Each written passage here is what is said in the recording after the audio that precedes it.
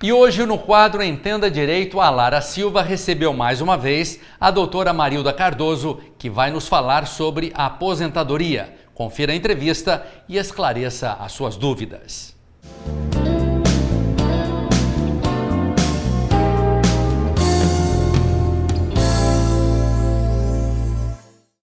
O Entenda Direito de hoje vai abordar um tema que vem sendo muito questionado pelos nossos telespectadores.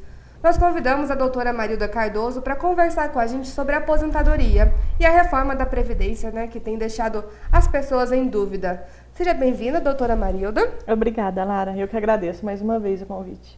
Doutora Marilda, então, primeiramente, quais são os critérios para a aposentadoria? Então, na lei que ainda está em vigor, porque a reforma ainda não foi votada, há apenas um projeto tramitando no Senado. Hoje os critérios é tempo de contribuição e idade. E tem também as questões de saúde também, né? Tem no caso do auxílio-doença, que pode estender e se tornar até mesmo uma aposentadoria por invalidez, onde é exigido a perícia médica, O segurado ele vai passar por uma perícia médica onde será constatada a incapacidade dele para ele se aposentar por invalidez. Entendi. E Marilda, com relação ao tempo de contribuição, Quanto tempo a pessoa precisa ter para aposentar? Sim, porque é exigido o tempo de contribuição e a idade, Hoje, a mulher, se não for categoria especial, que tem aí as categorias especiais, que é o professor, o militar, o insalubre, o enfermeiro, o médico. Se for segurado aí como a maioria de nós brasileiros, a mulher hoje exige 30 anos de contribuição e 60 a idade. Entendi. E aí precisa somar com o tempo de contribuição? Isso, tem que ser somado. E o homem é 35 de contribuição e 65 de idade. Agora tem aquele segurado, que é o contribuinte, que ele vai aposentar por idade, não por tempo de contribuição. Exige-se no mínimo 15 anos de contribuição e a idade. Entendi. Aí nesses casos, mesmo aí assim, é aposentadoria somando. por idade. Aí exige-se apenas um mínimo de contribuição, ele vai aposentar com um salário mínimo. Entendi. Correto? Onde se enquadra a dona de casa, o autônomo, às vezes, que contribuiu de forma autônoma e vai conseguir aposentar por idade, mas isso na legislação atual. Vindo aí a reforma, provavelmente, o ponto de vista é esse da reforma, é alterar esse tempo de contribuição e pode certamente alterar também a idade mínima exigida. Provavelmente irá aumentar, Irá aumentar. O projeto é para aumentar o tempo de contribuição e idade do segurado. Você acredita que isso vai ser bom? Acredito, sim, que se for bom, vai ser para o ponto de vista econômico da União, da Previdência. Eu acredito que o único ponto positivo seria esse, do ponto de vista econômico. Mas para beneficiar o segurado, não, porque vamos ter que contribuir mais e ter mais idade para poder aposentar. E Marilda, como que a gente comprova o nosso tempo de serviço, a idade, como que tem que fazer? Sim, hoje é o recolhimento pela carteira, aquele que é registrado, que é CLT, e a contribuição ainda pelo carnê, esse carnê que é tão antigo, aquele carnezinho laranja, onde ele faz o recolhimento.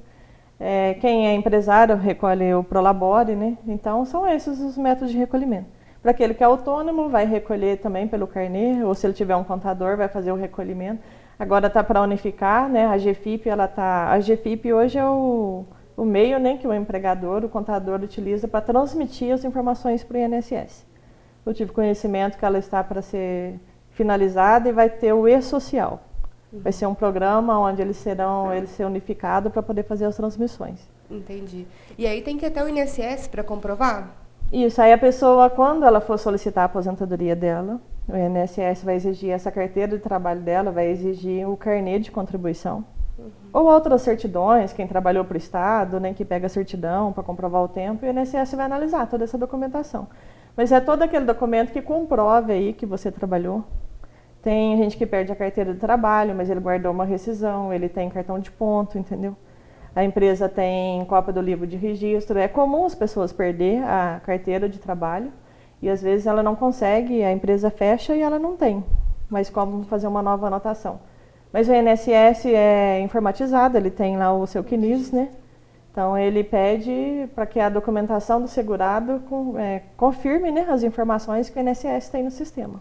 No caso dos produtores rurais, aqueles que começam a trabalhar desde muito cedo e não tem carteira de trabalho, não tem um registro, como que ele O comprova? produtor rural, ele comprova com prova testemunhal, né, que também. Hoje ele comprova com certidão de casamento, onde informa que ele é rural, ele comprova com nota fiscal de cooperativa, de produtos. Então é exigido dele aí uma série de documentos que é chamado como indício de prova, né? E aquele que é proprietário, que tem terra, né, ele vai comprovar com escritura de terra. Então ele não vai sair perdendo. Não vai sair. Era aceito, né, as declarações do sindicato. Agora com a medida provisória 871, que se tornou lei agora, não serão mais aceitas essas declarações do sindicato. O produtor rural, na verdade, o trabalhador rural, né?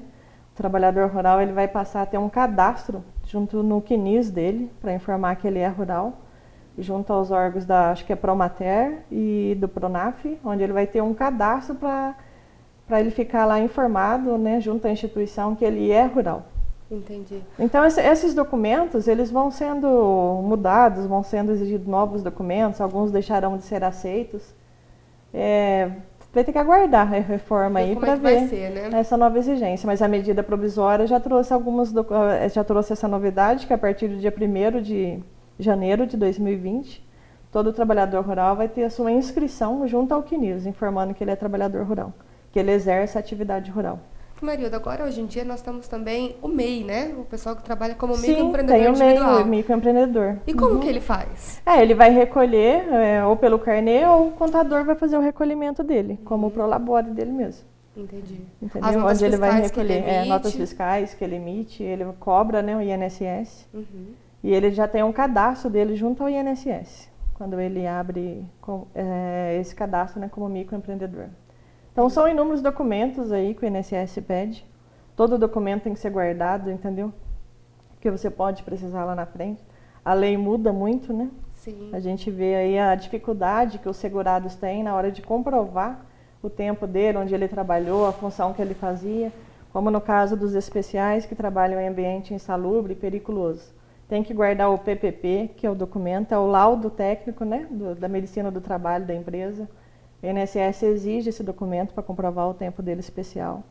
Em muitos dos casos, o INSS rejeita o laudo, não aceita porque não está nos termos que ele aceita. Então, esse documento é muito importante, tem que ser guardado.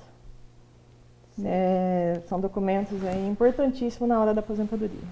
E Marilda, quando que eu posso pedir minha aposentadoria? Tem uma data certa? É antes, é depois? Completou a idade, aquele que está esperando a idade. Como esse que contribuiu 15 anos. Fez os 60 anos, já pode requerer.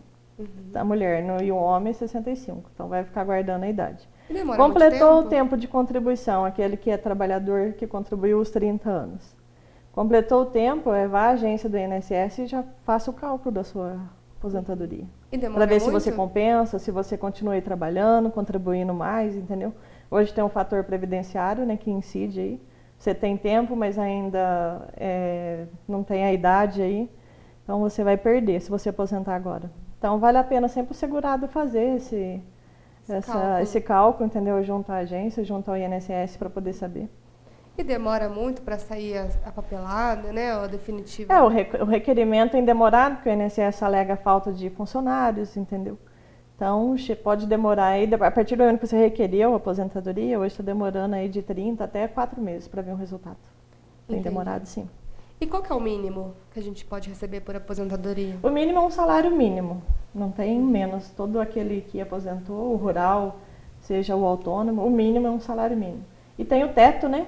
Sim. Não sei o exato valor, mas acho que está em torno de 5 a 6 mil. Acho que é 5.800 ou 5.500, algo assim. Então tem o mínimo e tem o teto. Que também a reforma vai trazer aí algumas categorias que vão ter que se enquadrar no teto da Previdência.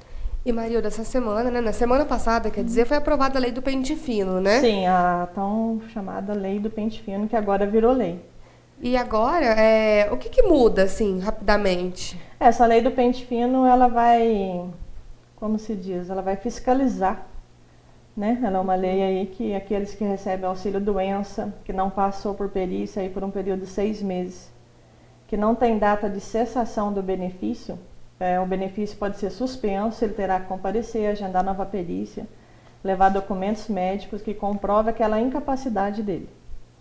E ela trouxe aí também outras alterações no auxílio reclusão, daquele que foi preso, é regime fechado, que vai ter o direito. Então a família, né, o beneficiário vai ter que pegar junto à justiça uma certidão que comprove que ele está em regime fechado e ele tem que ter a qualidade de segurado, que é no mínimo 24 meses de contribuição, para os beneficiários dele poder receber, ou o filho menor, né, ou a esposa. Ela trouxe alteração aí no prazo para pensão por morte. Então faleceu o filho menor de 16 anos, ele vai ter um prazo aí de 180 dias para requerer a pensão por morte e os outros beneficiários 90 dias. No caso, Então, o filho tem que ser menor de idade. Tem que ser menor de idade, menor de 16 anos. Ele tem esse prazo, depois 90 dias para requerer. Mesma coisa foi no auxílio maternidade também, onde essa lei, essa medida provisória que virou lei trouxe, vai ter também um prazo de 180 dias após o parto ou adoção para requerer a licença maternidade. Passou o prazo, vai perder o direito de requerer. Entendi. Então ela trouxe aí muito específico nessa questão dos prazos do trabalhador rural, vai exigir esse cadastro dele. Então ela trouxe essas mudanças. Essa já está valendo. Entendi. Marilda, é importante a gente lembrar que esses dados da aposentadoria que você trouxe aqui pra gente hoje são os dados atuais. Com exceção dessa medida provisória que virou lei, desses prazos que já é lei, agora quanto à idade, tempo de contribuição, isso nós vamos ter que aguardar a reforma. A reforma deve ser votada na próxima semana. Foi adiada, né, para a próxima semana. Acredito que talvez aí terá ainda muito que se discutir na reforma. Vamos ver aí se vai passar tudo, né? Porque ela é bem extensa, como eu falei, ela abrange aí N categorias. Vamos aguardar para ver. E fica um cenário meio instável, né? Tá bem estável, né? Estão todos apreensivos, né? Como vai ficar. Inclusive aqueles que estão bem próximos aí de requerer aposentadoria. Vamos ver o que ela vai nos trazer. Marilda, muito obrigada pela sua participação. Eu que agradeço mais uma vez pelo convite. O Entenda Direito de hoje fica por aqui. Nós esperamos ter respondido as dúvidas de vocês daí de casa e voltamos na próxima semana. E sempre é um prazer receber a doutora Marilda e também o doutor Daniel e os membros lá do escritório Delgados Associados.